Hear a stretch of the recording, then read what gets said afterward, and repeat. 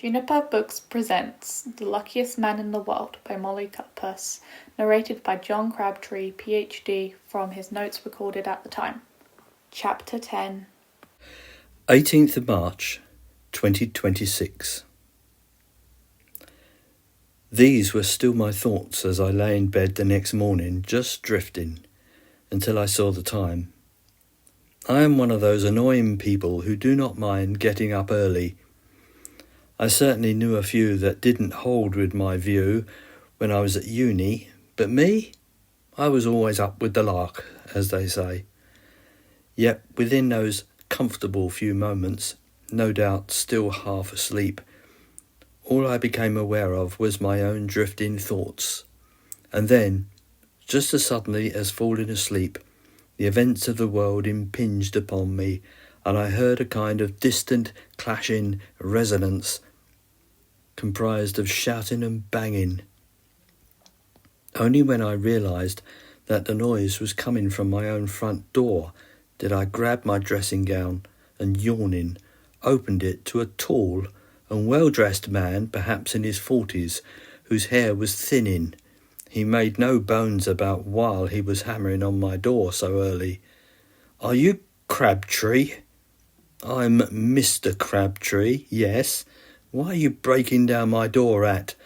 I looked at my watch. 5 to 8 in the morning. "How did you get in the building?"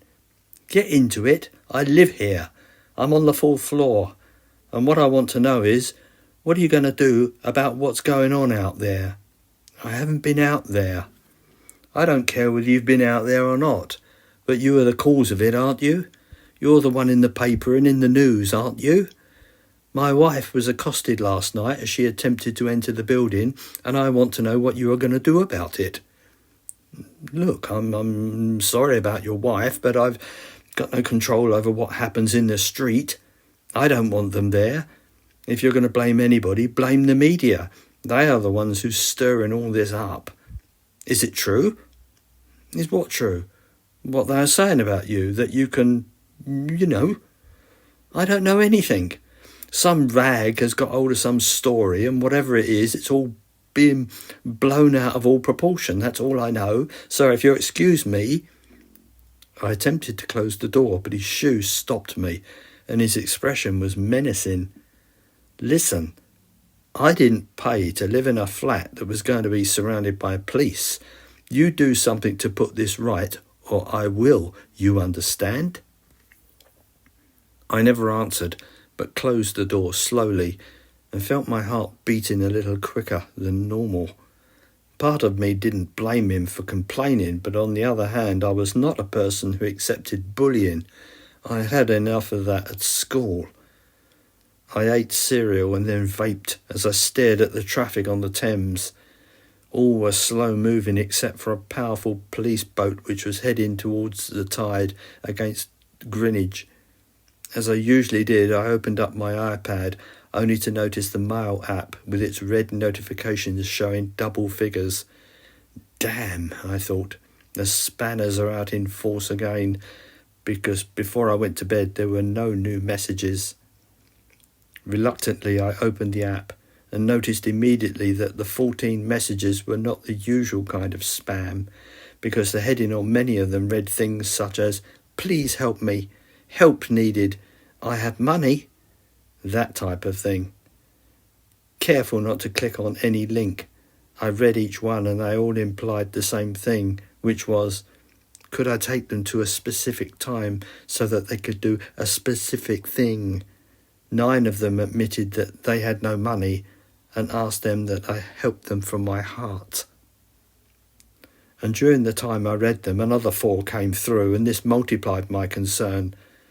At that time, I had 4 email addresses, and the messages were arriving on all of them. How had the public got hold of them? I suppose by the same method as the buying bunch outside knew where I lived, because when I was silent, I could certainly hear them. After dressing, I stepped next to my faux balcony and peeped over it, and even I was surprised with what I saw. The road certainly had been sectioned off, not only with tape, but with actual road barriers, so that the road and pavement in front of the building was empty. In front of the barrier stood the police, 3 on each side, while the separated 2 crowds had to total, I estimated, over 100 people. Most were shouting, but it was hard to make out their exact words. Some held placards demanding help, and other things I couldn't read from my position, so I didn't stay long, but long enough to snap a quick photo of the street and send it to Jennifer. Not knowing what to do because I didn't feel at all in the mood to work, I resumed sitting and staring at the Thames after I'd brewed more coffee. Then my phone gave its usual buzz. Then a text arrived, and thinking it was from Jennifer, I looked at it only to find it wasn't. It was from my father, and from the tone and brevity of the words, he wasn't in one of his extremely rare good moods. He simply told me that he and my mother, would be arriving at 10 o'clock, and there was no mention why. So this was it then. I would have to tell them the real reason why there was an encampment outside my block, why I was being mentioned on the media, and why things were getting out of hand. On impulse, I turned on the TV and the usual morning programme was being transmitted. At that moment, the announcer was talking about sport, but an ongoing ticker-type line of information was being displayed at the bottom of the screen, and when I saw that a demonstration was being held in the city, I pressed my lips together, feeling helpless. It didn't take long for a woman to begin announcing the news again, and I recognised the front of my building instantly, the 4 faux grey pillars being evidence of a modern building. I switched it off immediately, and once again I felt a strange tightness around my head, as if it represented everything that was just too much. Too much pressure, too much inference, too much shouting, and too much of just about everything. All I was really aware of was that in less than 2 hours my parents would be demanding an explanation as to why their son was on the TV being accused of taking part in an obvious scam. While I was depressing myself thinking about this, I was forced to lower the volume on both my phone and iPad, as the pinging to announce a new message or an email had become almost constant. 6 pings a minute doesn't sound like a great deal, but as I was to discover, a single ping might contain a dozen messages, all arriving from my local server at the same time. So there I waited for 10 o'clock, all the time, staring at the Thames. Of course, my parents arrived on time, and Joyce allowed them entrance, then called me to say they were on their way up. She didn't sound her usual friendly self either, although she did ask me how I managed to get in the building without security jotting down the date and the time. I covered myself by pretending to be confused, and all too briefly ended the call. 1 minute later I opened my front door to my parents, who walked in soundlessly, my father unusually carrying a rucksack, looking straight ahead, while my mother began to gaze in at the way my apartment was decorated. I offered them coffee, to which they nodded, and nobody spoke until I returned with a tray. "And so how are you keeping, Mother? What do you think of the place?" "We aren't here to talk about your decorating, John. Just what the bloody hell is going on out there? Just what is going on, period." I could tell my father was angry, because when he raised his voice, it was possible to hear him slip into the Glaswegian accent which betrayed his roots, an accent upon which he had done so much work to lose in order to be better accepted by the Southerners when he left home. "John," questioned my mother, "we are both losing valuable work time here. What is happening? Are you in trouble?" "No, I'm not in trouble, but I'm having some trouble offering you an explanation that would satisfy you." "Why don't you try us?" asked my father, hardly moving his lips. "The problem began when I took that kid to hospital. I damn well knew it." "No, it's not anything like you can imagine, Father." "Then what?" "It's true I found him, and I think he was pretty much close to death, but..." "But what?" "The problem was when I found him." "When?" "What have you heard? What do you know?" "Nothing. except there's a bloody demonstration going on outside your building." "He means the newspaper, Douglas, the travelling." "You read about that, Mum?" "We did. Fanciful nonsense. I can't imagine how you became mixed up with that." "Except it's not fanciful, Mother. I found that boy when I travelled back to 1878. I brought him forward, and if I hadn't, Mother, then I'm sure he might have died." I stared at my father, who stared back, and then away to the floor. That was the first time he never, ever had a comeback. The only proof I have is this. I took the framed picture of Cleopatra's Needle and offered it to them, but my mother only took a superficial glance before she looked at my father. However, a little galvanised by exhibiting the photo, I continued talking and held out my right hand, showing the marks. "It's these that give me the ability." "We know all about those," said my father, not able to look at me. Maggie and Zoe were not silent. "Oh, so no explanation is necessary then. You know. All we know is that somehow you played a prank on your own sisters and that somehow it's run away with you and is now causing all this upset. And I am now more angry because somehow it's involved us and our professional lives. Look."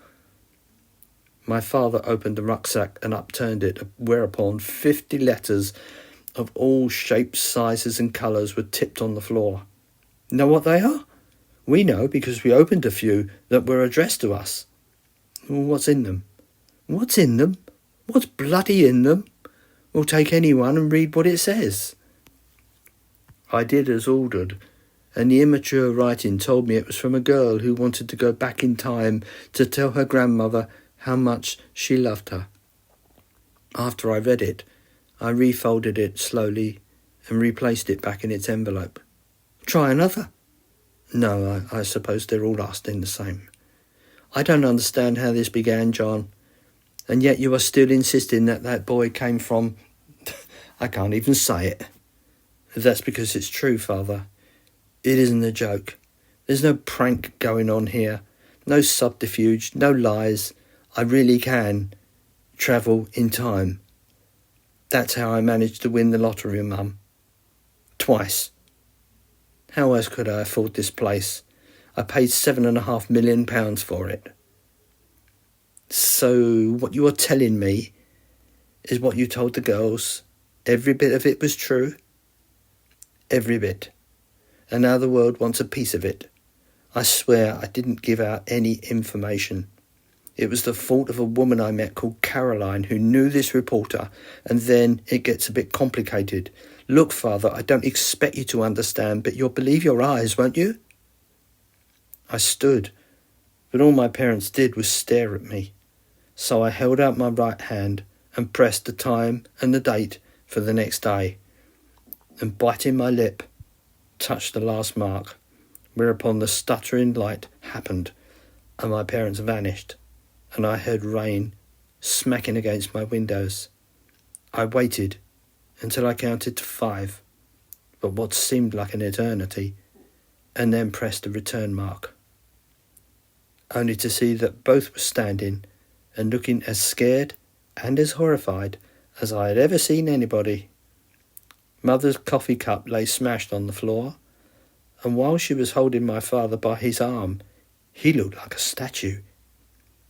As I spoke, my lower lip was trembling. "See, I wasn't lying. I've been given some sort of gift." "That was impossible. What happened?" "I went to tomorrow at the same time, counted to 5 and returned. I was only away for a short time, wasn't I?" My mother nodded slowly as she sank into a chair and drank some of my father's coffee, but then she began to shake her head. "Mum, you all right?" She never answered. "John, I don't think we are ever going to be all right ever again. I feel strange and... Look at your mother. I'm sorry about that, Father. I just thought it was the best way to explain things." "Explain things? Explain things? You've just vanished and reappeared and told us that you've travelled to tomorrow. How is that an explanation?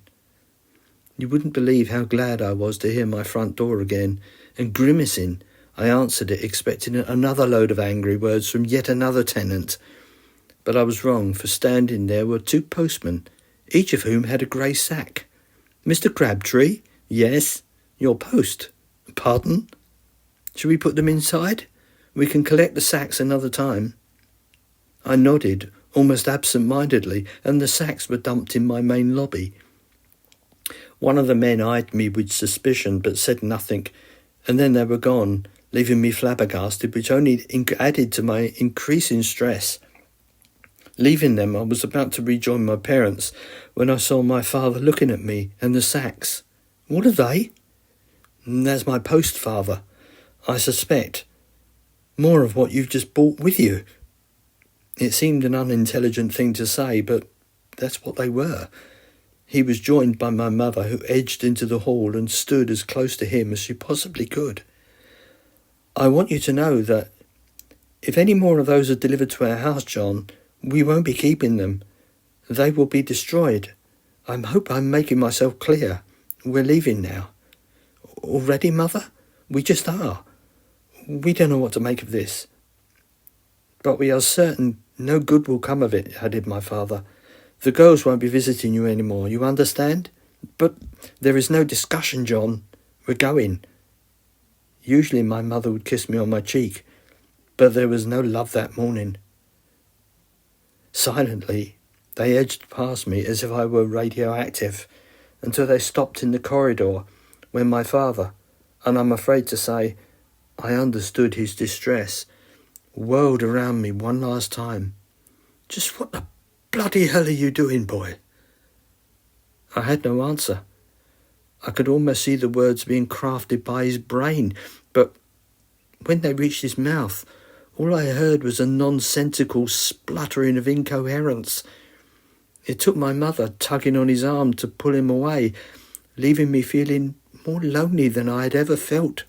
Or perhaps close to that time when I was 5 and I became separated from my parents while visiting the Natural History Museum in South Kensington. I stood close to the doorway and watched them become smaller until they reached the lift. But then I couldn't stand it no more and went inside, leaving them waiting. My situation did not improve as I made myself an early G&T, taking note that the gin bottle was almost empty. What ought to have lasted me a whole month had lasted just a little more than a week, and I stared at it as I heard the rapid pinging from my iPad denoting new messages and emails.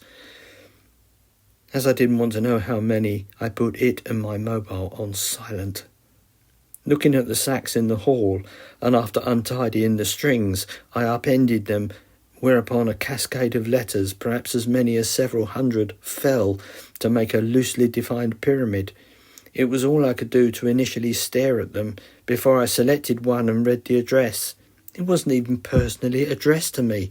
It was just addressed to the Time Man, Milovic Tower, EC2, in a scratchy and unimpressed biro. Tearing it open, there was just a single sheet of low-quality paper, folded twice, and after I had unfurled it, with some difficulty, I read it. Dear Time Man, can you help me? Since I read about you in the paper, I can't think of anything else. My wife died in childbirth 2 years ago, and I lost both her and the child. Please take me back there so I can make sure she gets the proper help she needed. I don't have much money, but you can have my house. Please help me. There followed his name, address, and phone details, and it was all I could do to stare at this terrible and astonishing document before my eyes refocused on the pile of letters at my feet. It was only then that I was literally overcome with feelings so strong that my hand holding the letter began shaking, because I was in no doubt at all that that pile contained, most probably, the same type of message and contained the same kind of guilt if they went unanswered. I dropped the letter and walked to my spot overlooking the Thames, and after I sat, I could still smell my mother's perfume, and my face became a mask of grief because I was close to becoming over-emotional. But I overcame that by vaping furiously until my throat felt sore and there was more knocking on my front door. I couldn't see anybody on the door camera, so Joyce must have let them up. I answered it to Jennifer. God, you look as if you've had a bad night. All right to come in? Have you been down there this morning? It's like bedlam. But the law has got it mostly under control. What's all this? She had stopped at the pile of letters and picked one up. To Mr. Time? Jesus, is that what they're calling you? When did these arrive? About an hour ago. You just missed the show as my parents were here. The small contribution they left in my living room, ones that were delivered to their house. Oh my God, not happy then. Not after I gave them a demonstration of what I could do, no. And after that they couldn't leave fast enough. Oh John, I'm sorry. Not your problem. The problem is both are medical doctors and trained as I was in science. Think of some new age hippie and then go in the other direction. To what time did you take them? I didn't. All I did is I went to tomorrow, counted to 5 and came back. I thought my father was going to have a stroke and Mum a heart attack. Yeah, I know the feeling. So what happened? They got out of here as fast as their legs could move them. They said they wasn't going to allow my sisters in here anymore. And... I don't know. So much for being truthful to your family. Well, John, seriously? How else did you expect them to react? In their eyes, you vanished and reappeared. Something that every child knows can't happen, let alone adults who've had masses of education. You aren't helping. Because I don't know what to say. I'm sorry, but I've had no experience dealing with anything like this. Do me a favour, will you? Power up my iPad. The number is 1234. For real? 1234? You're a highly distinguished mathematician, and that's the best security number you can come up with. Just do it. Jennifer tapped, and then she looked at me as it began pinging almost incessantly. What am I looking for? Why does that noise represent? Open mail. Okay. Jesus, John. When was the last time you checked this? You've got over 1,000 unread emails. I checked it earlier. It was making too much noise, so I turned down the sound. 1,000? What the hell would it be by the end of today?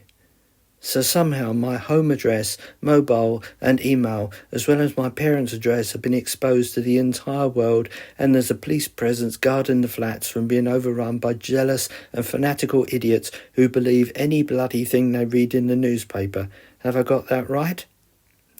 John, I'm sorry, but you have to calm down. Getting ill won't help. The intercom sounded and I lowered my head to rest on my hands. John, don't worry, I'll deal with it. I wasn't able to hear what was being said, but Jennifer soon returned and wore a pinched expression. What now? John, that was reception. Joyce, I think. She said that there is a Miss Milvik coming up to speak with you. Milvik? That's the name of this building, isn't it? I had never met the namesake who had designed and had converted the old building into luxury flats, but I guess she had to be the Norwegian, judging by the name. Of course, the fact that there was a thin and pale man at uni who also had the same name, and after a few pints he would liven up and become talkative, so that was how I knew from where he had originated. I remember he used to wax lyrical about the grand forests, the clear air, and the aurora borealis in his trips up north, where he used to camp at the Stuten National Park beyond the polar circle. Excuse me for not saying that right. He too had studied maths, but whereas he acted as if numbers and even equations had a soul, to me they were just figures. I was at the door and had opened it before she could knock, and the woman who peered at me was in her mid-50s, had perfect makeup, and wore a real fur coat that looked as if it cost more than my father earned in a month. Her hair was blonde and cut short like a man's, and she nodded at me, whereupon I let her in. She made no attempt to remove that expensive coat, but simply walked into my living room where she and Jennifer acknowledged each other. No one sat. In fact, Miss Milliverk took a few steps towards my favourite place and gave a brief stare at the Thames before turning and fixing me with a stare. Perhaps it was the refractive index of the lens of her glasses, but her brown eyes appeared huge to me. "Mr. Crabtree, you are aware of who I am and what I represent?" "I've seen your name on the documents I signed, of course. It doesn't take a vast amount of intelligence to know why you are here, although I am surprised to see you and not your legal representative." "Good. Then we can cut the crap. Just what the devil is going on out there? Every one of the residents except you has lodged a formal complaint. I'm told the police are doing a good job keeping... I've no interest in them. Whatever scheme you have got going here has to stop. Otherwise, I can assure you there will be severe and immediate legal repercussions. Miss Milligan, I am the victim here. My name and details have, by some person unknown to me, have been released to the press. And, well, look, this is my mail just from this morning. I didn't ask for this. And you might have seen more in the lobby. I am not at all concerned whose problem it is, or how it began, or for that matter, how it's going to end. All I am concerned with is satisfying the good people who are paid to live in my apartments. They do not expect to be quizzed by the police or by a horde of reporters every time they enter or leave the premises. Yes, I understand that, but nothing. What I have to say to you is that if this problem is not resolved by the end of the week, I will take legal steps to have you removed from this flat. Surely you can't do that. He's bought it. He's paid for it. Miss Milliverk turned her attention to Jennifer and stared at her in the same steely manner. Yes, he has, but he is still under a contract in which he has agreed to live here in a peaceful and law-abiding manner, and as well as not conducting any business on the property. Despite what the newspapers and the media are accusing you of, Mr. Crabtree, you are not abiding by your contract. Given what is currently occurring outside, and given that I now have 3 affidavits from security testifying what is happening outside can be directly traced to you, I have no difficulty at all in believing that a judge would immediately find in my favour. Have I made myself clear?" I nodded, unable to answer. Her response was to turn and walk towards the door, leaving us in silence, and my iPad still pinging. I reached for it and powered it down, and then moved across to my drinks cabinet, but Jennifer touched my arm. "John, no. That's the last thing you read right now. You don't need it, do you? Try and keep a clear head." "Then what the bloody hell am I supposed to do now?" "It's a long shot, John, but do you think you can give a press release?" "Saying what?" "Well, telling lies for a start. But be honest about lying. You're confusing me. Say what's happened was the result of, say, a theoretical mathematical idea you had, and someone must have misunderstood it and took it to the papers. That it was just an idea, and that it's got no basis in truth whatsoever. In fact, say it's laughable. Time travel. Scoff at the idea, and perhaps be angry too at all those who believed it. Be pissed off and say you are thinking of suing as a result of being forced from your home. Say it's all nonsense. I think if you can carry that off, then Morton might write a retraction. And as he began it, I think he's the one to finish it, and then perhaps all this might gradually go away." "You think? But what about Caroline's confession?" "That'll be her problem, won't it? And ultimately Maximilian's too, if Morton exposes them, which I'm sure he won't do." You really think that'll work? Yeah, I do. As much as Morton wants more sales, he'll want the opposite just as badly.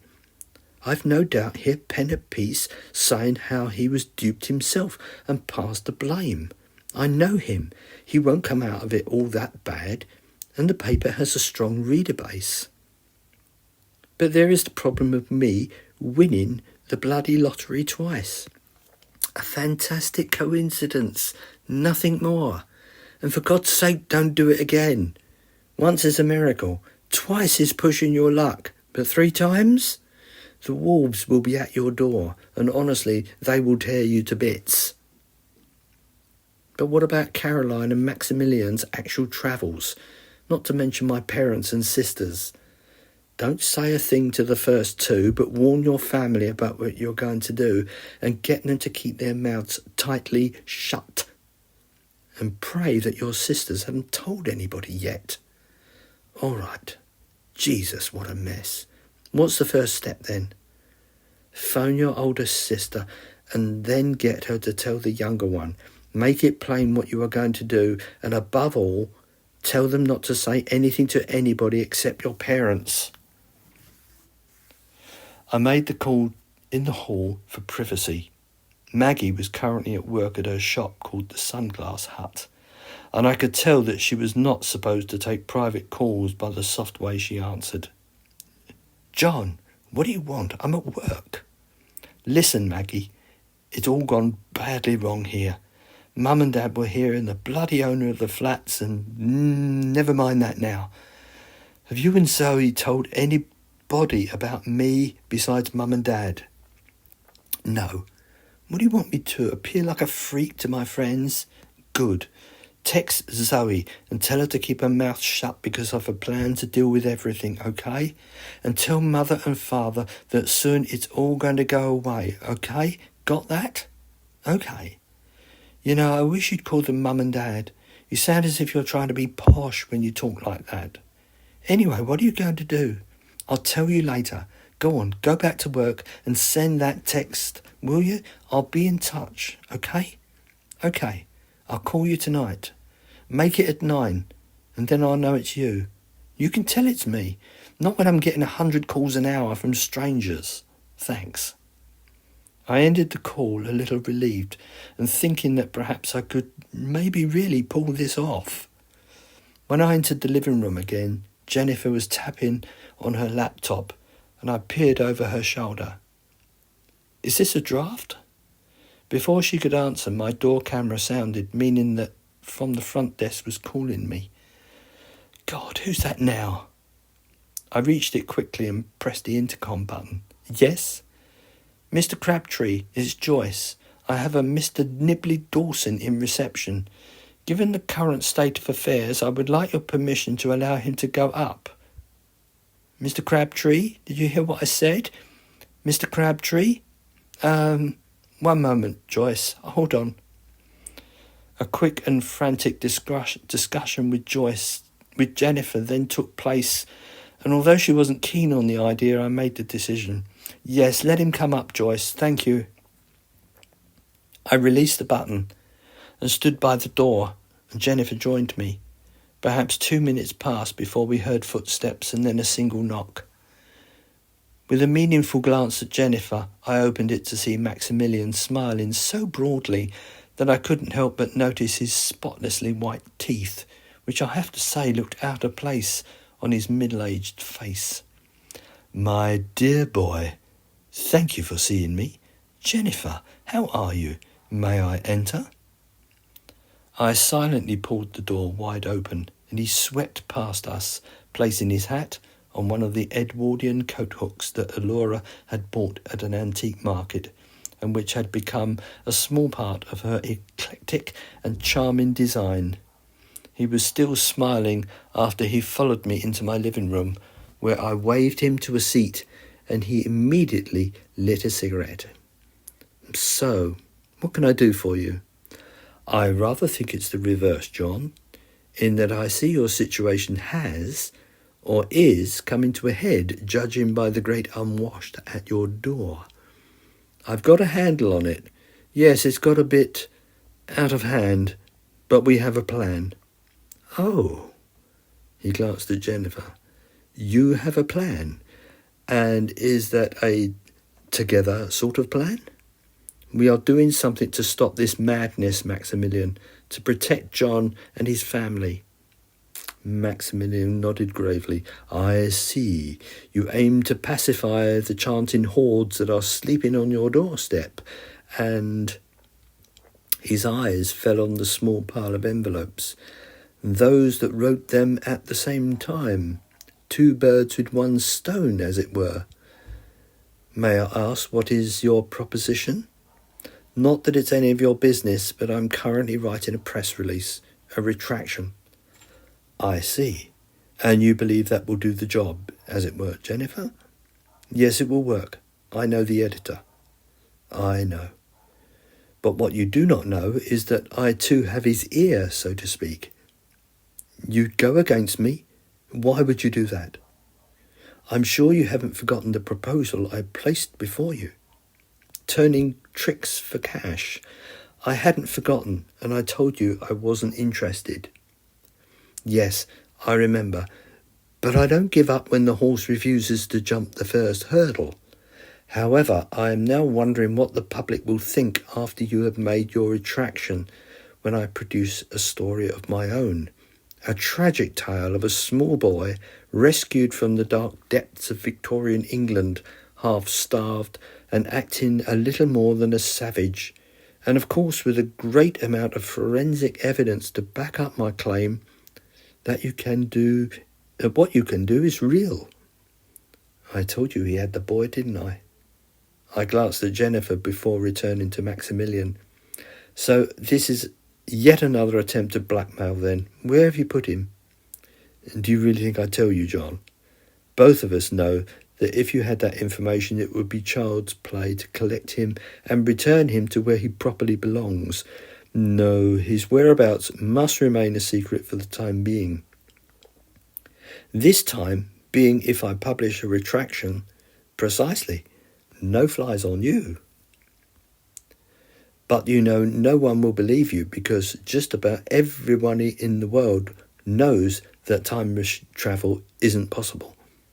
So you're going to shoot yourself in the foot. To my annoyance, all he did was smile again. And I wondered how he kept his teeth so white and polished, considering how much he smoked. Why are you smiling, Max? Ah, dear Jennifer, why indeed? All these weeks we have known each other. Do you believe I arrived only armed with empty threats? If you are talking about more evidence, then you don't have any. Tell him, John. John? It was an awkward moment among an awkward visit, as I racked my brain trying to understand why Maximilian appeared so annoyingly confident, but I decided to call his bluff. He's got nothing, Jennifer. You got nothing. But my damnation of him didn't faze him in the least, and all he did was he brought out his cane, which had been resting beside him, to his front, where Jennifer and I could easily see the carved elephant. But I had had enough of him. So if that's all you've got, then we would like to get on if you don't mind. My stick here, by the way, you probably may have noticed that I do not walk with a limp, so I really don't need it. It is more like a special friend to me. Do you realise that? What's your point? John, as you are in possession of 1,000,000 of my pounds, would you indulge me for a moment? As you are nearest, why don't you take a closer look at my elephant's head? Take a good close look. I pushed myself forward a little until I was on the edge of the sofa and squinted a little.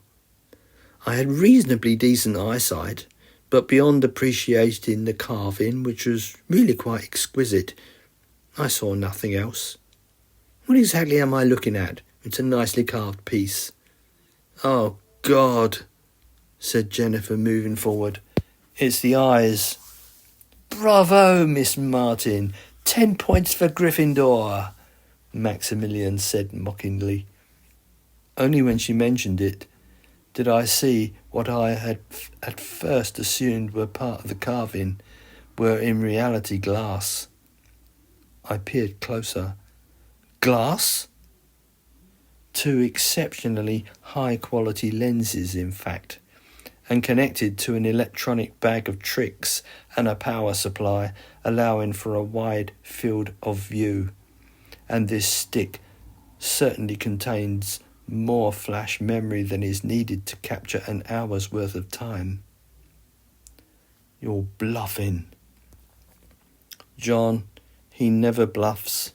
Trust me, if he says he recorded where you took him, then I believe him. Okay, so you got film of a funeral. So what? Well, that's interesting. How did you know what I went back to record? Did you follow me? His accusation threw me a little, but I recovered quickly enough. No. All right, I went back the next day and saw your father's grave, and when he died. What else could you have gone back for, except to see your mother? That's why you were upset, wasn't it? Maximilian threw me a dirty look, now not smiling anymore.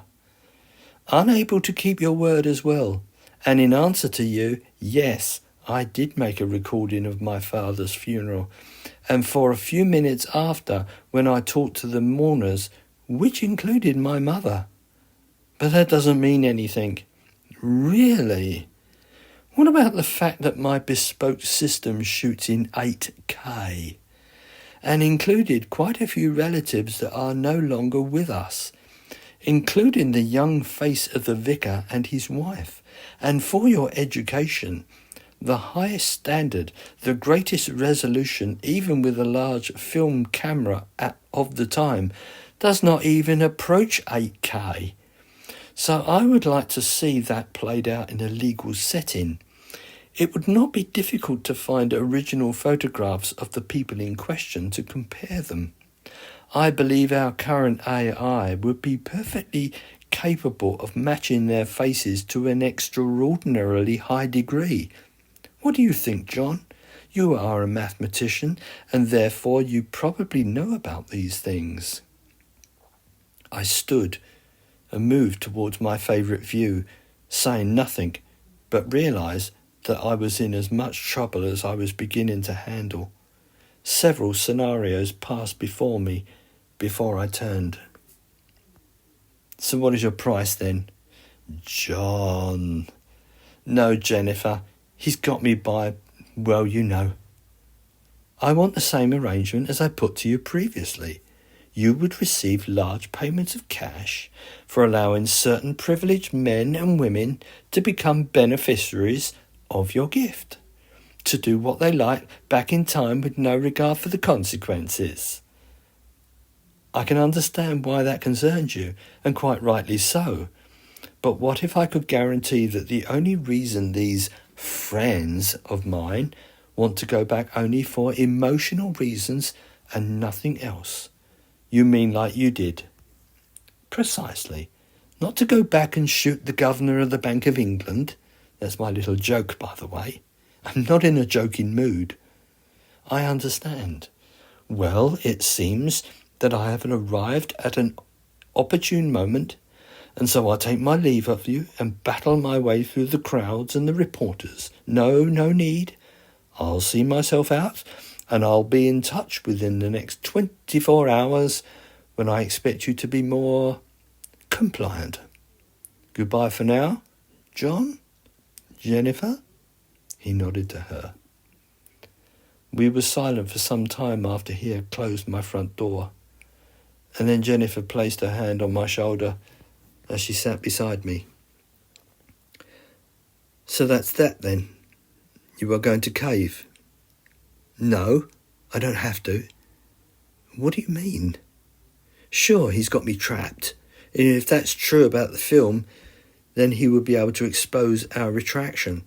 So, what would I have? Me saying that it was just a joke gone wrong against his bloody 8K footage of people long dead? No contest, is it?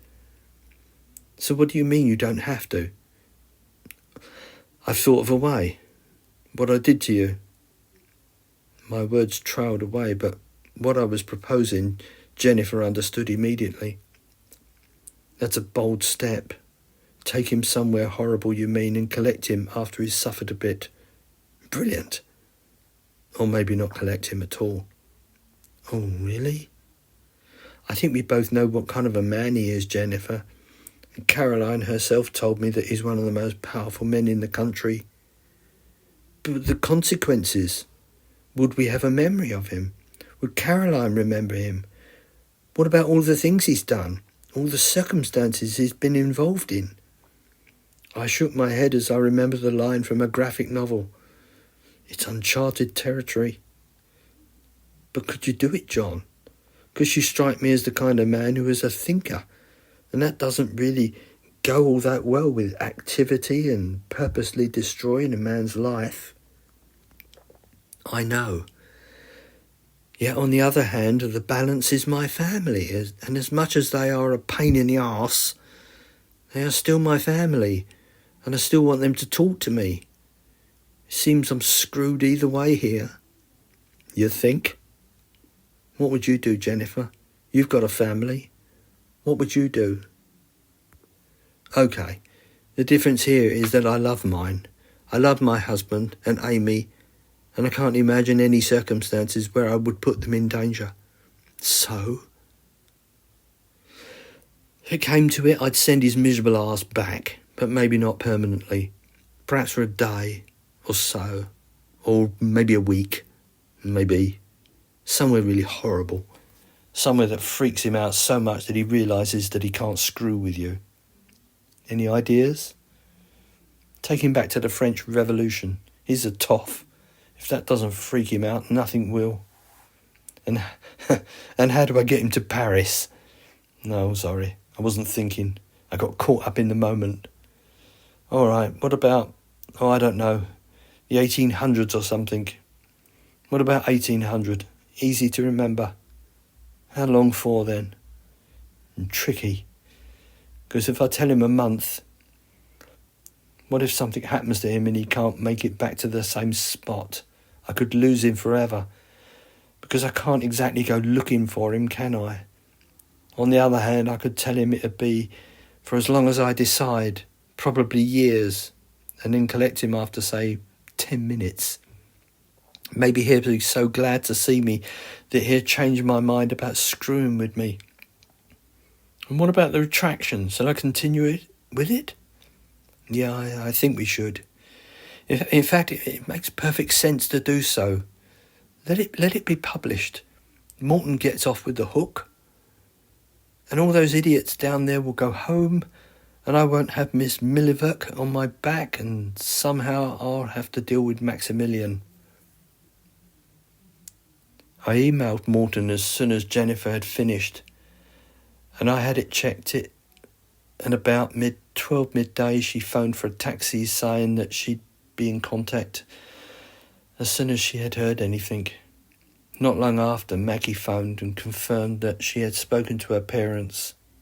Zoe and Sam and I had told her what we had done, and just to keep our heads down only for a few days more, and then it would all be over. Yet after speaking to her, I didn't feel convinced at all, and as I sat looking at the dark ribbon of water from my window, sipping another G&T, I slowly turned and wondered just what the devil ought I to do with those envelopes. As I had long ago reduced the volume of my phone and iPad, everything was relatively quiet. But what a morning. Annoying neighbours, a mob outside, a visit by angry parents, the internet gone bloody mad, a pyramid of insane begging letters, threatened by the owner, and the presence of Maximilian. So I ought to have been tired, but I wasn't. So out of sheer interest I picked up a few of the letters and sitting at my table opened them, not at all surprised to find that each was roughly a mirror of the original one. As I read, they formed a slow monotony of intense emotion within me that I stupidly felt was actually contaminating me.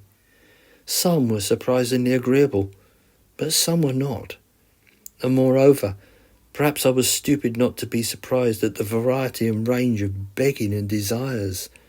These range from experience in the 1920s and the glamorous era of the bright young things to visiting Whitechapel when Jack the Ripper was at his worst, specifically to apprehend him, to the mundane where people simply wish to see their father, mother, wife, husband, brother, sister or child one more time, simply to say goodbye.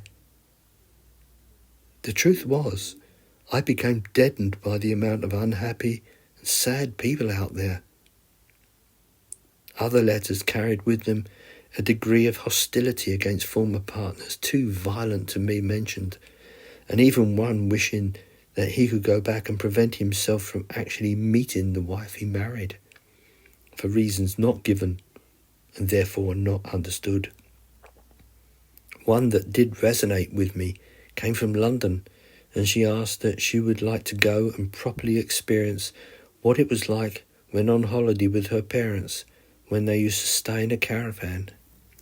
I like that one, as I remember such holidays myself when I was very small. One letter, written with real ink in a shaky hand, told me that it would be wonderful to see her grandmother and father, how they lived back in the Edwardian age when they were first married. That brought as close to a tear as I could manage, and was the only one that momentarily caused me to regret writing that retraction. The notion of a woman, now in her advanced years, and most probably alone, seeking to find value in her past, was heartbreaking. But common sense caught up with me quickly, as I stared at the pile of unopened letters now looking like a stain on my lobby floor. Than anything else, how could I possibly help all these people? It was impossible. And even if I did, just how much would that change life as we know it now? Or would it change at all? And if it did, would I be the only one who noticed anything? Oh, for God's sake, I could really get into the dynamic world of probabilities here, but it isn't the right time. Not a single person alive or dead understands time. Sure, there are physicists who think they understand it, but how could they? As an ancient sage once muttered, how can you point at it when it is in the very finger that you use? And with that thought, I finished my G&T, resisted the temptation to make another one, and after I had returned all the envelopes to the lobby, spent the rest of the afternoon and evening just thinking, wondering if I was doing the best I could to stop it all. Early for me, I eventually headed for my quiet bedroom, where thankfully and mysteriously, considering the busy day I had, fell asleep almost instantaneously. Yet sleep brought me no rest, as improbable scenarios forced their way into my dreams, causing me to wake several times. And in the way of dreams expressing by a guilty mind, almost all were horrific and involved pretty much all the negative traits I had. Although the dreams had to be split over the 7 hours I was in bed, to me they seemed to flow from one horrific sequence of events to another, making it seem as if it was one seamless, never-ending whole. I have no idea how my brain managed to conjure entire images from those letters, but it did, and the procession of mental anguish from them was nothing less than torture, as I seemed to experience their pain, grief, and anger. When combined with the flashing and instantaneous disappearing and reappearing and integrated with the wails and torment of hundreds of thousands of those unread begging letters that I could not help, the entire night felt as if I was in Dante's Inferno, and I awoke, and it may be a cliché, but I was drenched in sweat. You have been listening to an audio production of The Luckiest Man in the World by Molly Cutpurse, narrated by John Crabtree PhD.